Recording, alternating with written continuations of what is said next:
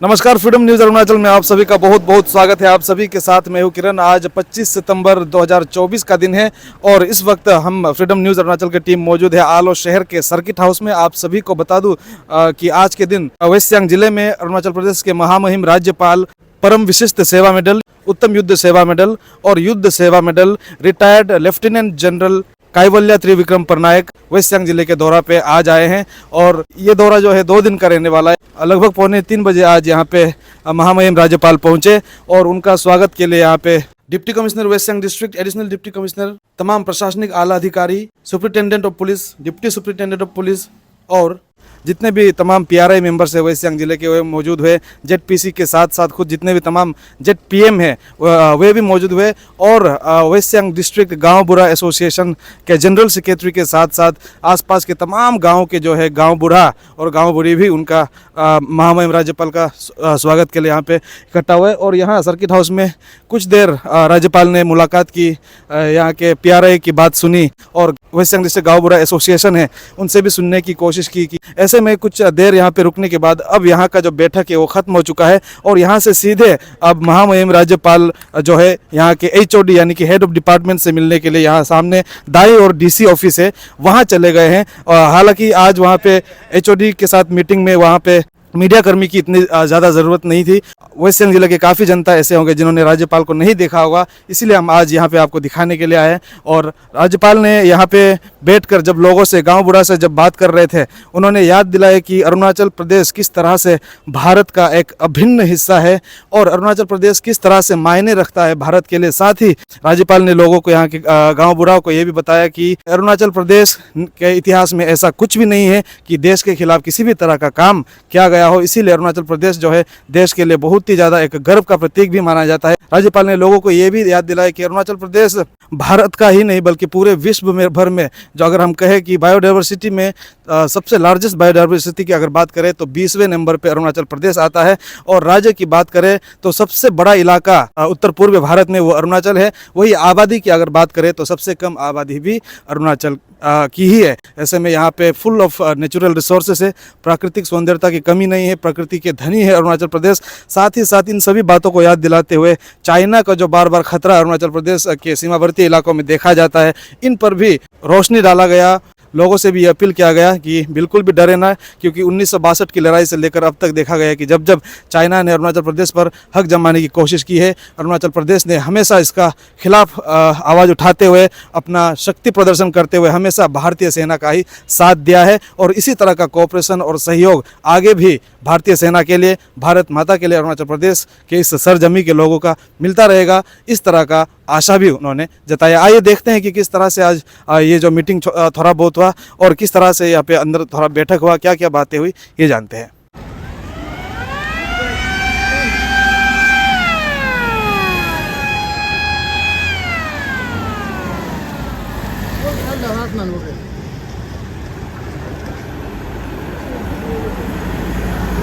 जय हिंद, जय हिंद, जय हिंद, जय हिंद, जय हिंद, जय हिंद।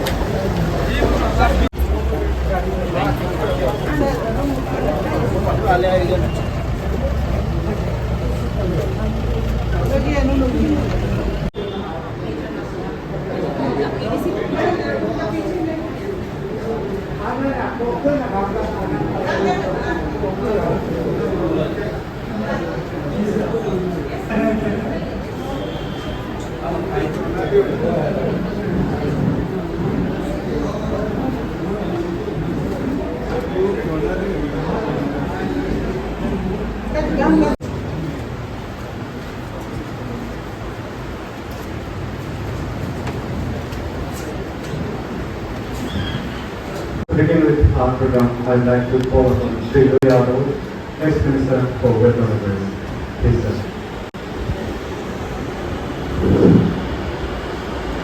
everyone there. वाहन है, Bhajpa, energy and other distinguished guests, media friends. I और जगह जगह में जाएंगे, हमारा दुख तकलीफ सुनेंगे और आप ये आखिर में आपको आलो का जनता ओर से आपको दोनों ताकत देंगे। इसी 2 शब्द के बाद मैं अपना अभिनंदन भाषण समाप्त करते हैं। Thank you. हम लोग पंचायत 2019 से इम्प्लीमेंट होने के बाद अभी तक 1 साल 2 दिन महीना बाकी रहेगा। एफएससी का प्रत्येक फाइनेंस कमीशन को 1 टाइम से इम्प्लीमेंट किया। आज तो ऐसे अधूरा ही देंगे।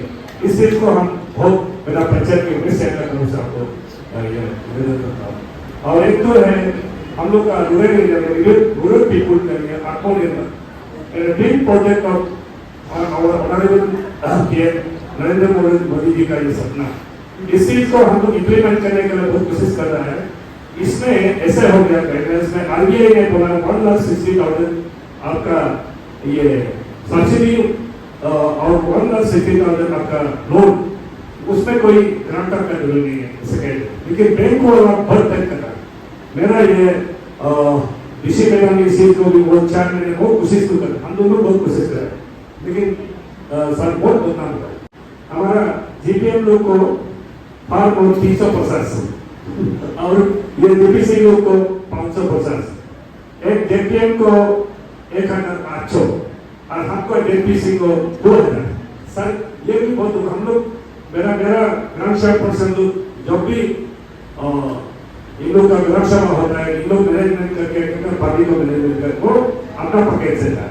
और मेरा जिला मेहमानों के लोग जितना भी अपना जुरिडिक्शन में मीटिंग हो रहे हैं अपना पैकेज देता है। और जेपीसी को तो बार बार कार बुलाते तो सर कोई ड्राइवर का मैनेजमेंट नहीं है और कोई फ्यूल का भी मैनेजमेंट नहीं। 2,000 एक जेपीसी को बार महीना में देना सर, इससे हम बहुत दुख कर बाकी स्टेट में तो कैसे ले रहे हैं हम गवर्नमेंट को अपील करना सरकार से इसे दुख ये एक 2 बात। और रेडी सरकार में हम लोग रूरल एरिया में जो है मोदी साहब का वोकल टू टॉप, इस चीज को हम हेड ऑफ डिपार्टमेंट सभी को मेंटेन करके रही इसी साल में पूरा की है। Gambura institution, sir, it is governed by Assam Frontier Administration of Justice Regulation 1941. This regulation was passed by the British government. 12 अप्रैल 2021 में अरुणाचल सरकार ने इसको इस रेगुलेशन को सिविल एक्ट पास करके इसका अमेंडमेंट किया। इस अमेंडमेंट में सर हम लोगों को कस्टमरी कोर्ट के घोषित कर दिया। तो अभी हम लोगों को कस्टमरी कोर्ट बोलता है सर, और ये कोर्ट सबसे लोएस्ट कोर्ट हम लोग को माना जाता है। हमारे वेस्ट सियांग डिस्ट्रिक्ट में 130 गांव है। इन 130 गांव में 650 गांव-बुरा या गांव-बुरी है। 130 गांव में सर हर साल में छोटा गांव में केस कम होता है, बड़ा गांव में केस ज्यादा होता है। तो उनको एवरेज मैंने दिया है, तो हर गांव में हर साल में 8 केस हम लोग सुन जाते हैं। तो 130 into 8 ऐसे करने से 1,050 का करीब हम केस सॉल्व करते हैं। तो सर मैं और हम गांव लोग यही सोचते हैं कि अरुणाचल प्रदेश का सरकार को एडमिनिस्ट्रेशन चलाने में हमारा भी बहुत ही बड़ा योगदान है। तो सर मैं अंत में आपको सर एक चीज मैं विनती करना चाहूँगा। सर 5 से कमरा का एक बिल्डिंग बहुत ही आवश्यकता है सर, और इसलिए आवश्यकता है कि वेस्ट सियांग डिस्ट्रिक्ट में हमारा जैसे लेरोबोबा हो गया, लेरोबोबा यहाँ से 100 किलोमीटर और योक्सा हो गया 50 किलोमीटर, दारा हो गया आपका 30 किलोमीटर। ये कहने में ये 100 किलोमीटर 50 किलोमीटर है, लेकिन सड़कें सही नहीं होने के नाते इनका सफर जो है बहुत लंबा होता है। तो वहाँ से यहाँ आता है, कभी यहाँ रहना पड़ता है और यहाँ मेडिकल इशूज में मेडिकल ट्रीटमेंट के लिए ये वो सर आपका डोनर जनरल हॉस्पिटल है। तो इस तरह से हमारा गांव वालों को सर बहुत ही तकलीफ फेस करना पड़ता है। हमको तो आईडी का एंटाइटल नहीं है, ना सर्किट हाउस का एंटाइटल है, और हम लोग इतना गरीब है कि ना हम होटल अफोर्ड कर पाते हैं। Next, President Amendment, small Western HGB's HGB Association to collect the token of love from the Honorable Governor of Arunachal Pradesh, Guptam Anand. The rest of the gift, token of love will be given. The rest of the token of love will be given away after this program, so that to our receiver. Thank you so much. इसमें हमको के बाद मुझे बहुत खुशी है कि आज आपके साथ बातचीत करने का मौका मिला है। मैं कहना चाहता हूँ कि आज के दिन में जो हमारे माननीय प्रधानमंत्री जी ने दूरदृष्टि विजन हमारे भारत के लिए सेट किया है, विकसित भारत का, उस विकसित भारत के चलते बहुत सारी योजनाएं हमारे अरुणाचल में चल रही है, और ये सिर्फ सेंट्रल की तरफ से नहीं, ये स्टेट गवर्नमेंट की तरफ से भी। तो जो यूनाइटेड नेशंस ह्यूमन राइट्स का चार्टर है, जिसके अंदर ह्यूमन राइट्स की जो इंडिसीज है और जो ह्यूमन डेवलपमेंट इंडिसीज है, हर इंडिसीज के ऊपर कोई ना कोई होना चाहिए। शिक्षा, स्वास्थ्य, दूरसंचार, सड़क, जल, बिजली, एग्रीकल्चर, हॉर्टिकल्चर, दुनिया में। और इसी के चलते में सबका साथ, सबका विश्वास, सबका प्रयास, ये नारा है। मुझे लगता है कि ये जो नारा है उसमें बहुत कुछ हुआ है। जो सेटेलाइट से चाइना हमें रोज देखता है, ऊपर से देखता है कितने इलाका खाली है, और उसकी नजर खराब है। अगर वो पूरा टाइम देखता रहेगा कि 30-40 किलोमीटर में कोई नहीं है, तो आराम से लगा के बैठेगा, और इसका नतीजा क्या होगा पूरे देश में इसके ऊपर आ सकते। दूसरे इलाकों में भी, क्योंकि एनएसी नक्शे के ऊपर आती नहीं गई है, लाइन ऑफ कंट्रोल जो है इमेजिनरी है। कोई देश दुनिया में नहीं है जो इमेजिनरी लाइन को डिफेंड करता है, छोड़ के भारत, वो भी अरुणाचल। तो ये मुश्किल काम है। पूरा जो नॉर्थ बॉर्डर का लद्दाख से लेके खोंसा तक का इलाका है, कोई इसकी लाइन आती नहीं। तो हमें ऐसे तरतीब बनानी है कि हम उन्हें यहाँ घुसने ना दें, अगर घुसते हैं तो उसका कोई ना कोई तोड़ हमें आपका करना है। तो इसकी कई स्ट्रेटेजीज है, वो अभी यहाँ डिस्कस नहीं हो सकती है, लेकिन मेरे बताने का तात्पर्य ये जो है कि अरुणाचल को देश किस तरह से देख रहा है प्रगति की दौर में, कि यहाँ के लोग टैलेंटेड हैं, इन्होंने कभी विद्रोह नहीं किया, ये नेशनलिस्ट है, तो जो भी हमसे हो सकता है हमें अरुणाचल को लेना चाहिए। और ये एक मुद्दा है, इसलिए मैं देख रहा हूँ जब से मैं आया हूँ, हर महीने 2 महीने सेंट्रल मिनिस्टर अरुणाचल आ रहे हैं, उनको प्रधानमंत्री जी भेज रहे हैं कि जाइए देखिए वो सड़क योजना ठीक है कि नहीं, आवास योजना ठीक है कि नहीं, वाइब्रेंट विलेज में कुछ काम हो रहा है कि नहीं। अगर नहीं हो रहा है, उनको कोई प्रॉब्लम है तो मुझे आगे बताइए, ऑफिस में बैठ के मुझे रिपोर्ट मत भेजिए।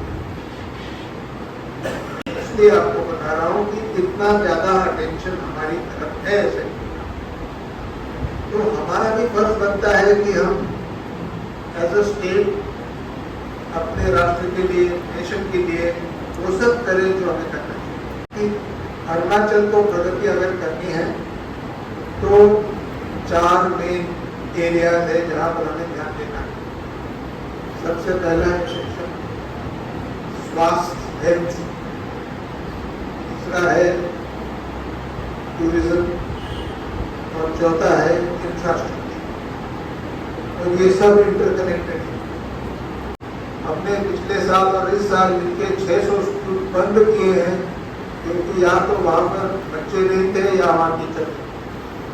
उसके अलावा जो ABPSC का जो प्रॉब्लम हुआ था 2 साल से चल रहा है, अभी नई टीम इलेक्ट की गई है, तो रिक्रूटमेंट ही नहीं हुआ है 2 साल। दूसरा है स्वास्थ्य। ये बदकिस्मती हमारी है कि बाहर से यहाँ पर नशीली दवाओं का का चलन है, ड्रग्स का इम्पैक्ट, और इससे बहुत सारे युवा जो है ड्रग्स से प्रभावित। हमने जगह जगह पे रिहैबिलिटेशन सेंटर्स खोले हैं, इसके ऊपर अवेयरनेस कैंपेन चल रही है। यूनिवर्सिटी जो है गाँवों को अडॉप्ट कर रहे हैं। मैंने पीजी पुलिस साहब को बुला के समझाया कि इसको काबू में करने के लिए आपको टेक्नोलॉजी की जरूरत है, क्योंकि जब 5 साल 10 साल का डाटा हम लोड करेंगे तो हमें साफ दिखाई देगा ड्रग्स कहाँ से आ रहे हैं, किस रास्ते आ रहे हैं, क्या ड्रग्स आ रहे हैं, कहाँ वो कॉपी हो रही है। और सबसे ज़्यादा ज़रूरी है जो हम नज़रअंदाज कर रहे हैं कि ड्रग्स तो आ रहे हैं, लेकिन कोई ना कोई यहाँ उसे डिस्ट्रीब्यूट कर रहा है। जब PMI को हम देखते हैं तो वाकई में वो अपने इलाके में, अपनी जनजाति में, अपने डिस्ट्रिक्ट के अंदर उनके पास काफ़ी कुछ है करने के लिए।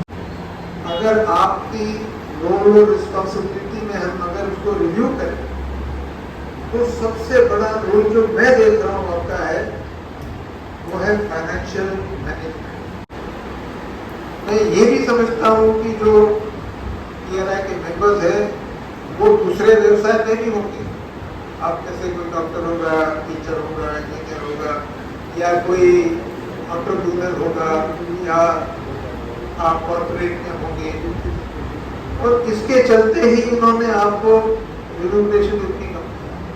ये एक वेलफेयर ऑर्गेनाइजेशन बन गई है जो वॉलंटरी है और जिसके लिए आपको इंसेंटिव बहुत कम है। तो मैंने सरकार से रिक्वेस्ट की थी कि आप रोल की रिवीजन कीजिए, आप जिम्मेवारी देखिए बड़ा, और उस जिम्मेवारी के मुताबिक इनको तनख्वाह कीजिए। आने वाले टाइम में मैं कोशिश करूंगा कि इसके ऊपर पहुंचे। उसी तरह से गांव बूढ़ों की जो रोल है, आप बोल रहे हैं कि आप महीने में इतने केसेस देखते हैं, इतनी बार जाते हैं। अभी दिक्कत क्या है कि गांव बूढ़े जो नियुक्त होते हैं वो जिम्मेवार लोग हैं, वो ऐसे लोग हैं जिन पे लोग भरोसा करते हैं। तो मैं सोचता हूँ कि क्यों ना उनका इस्तेमाल दूसरी चीजों में भी किया जाए। गांव में स्वच्छता रखना, साफ सफाई रखना, वेस्ट डिस्पोजल करना, हाइजीन एंड सैनिटेशन के ऊपर आपके गांव के बच्चों को यकीन करना कि स्कूल में जाते हैं, और उनके पेरेंट्स को समझाना कि इनको अपने फार्म के ऊपर मत लगाओ।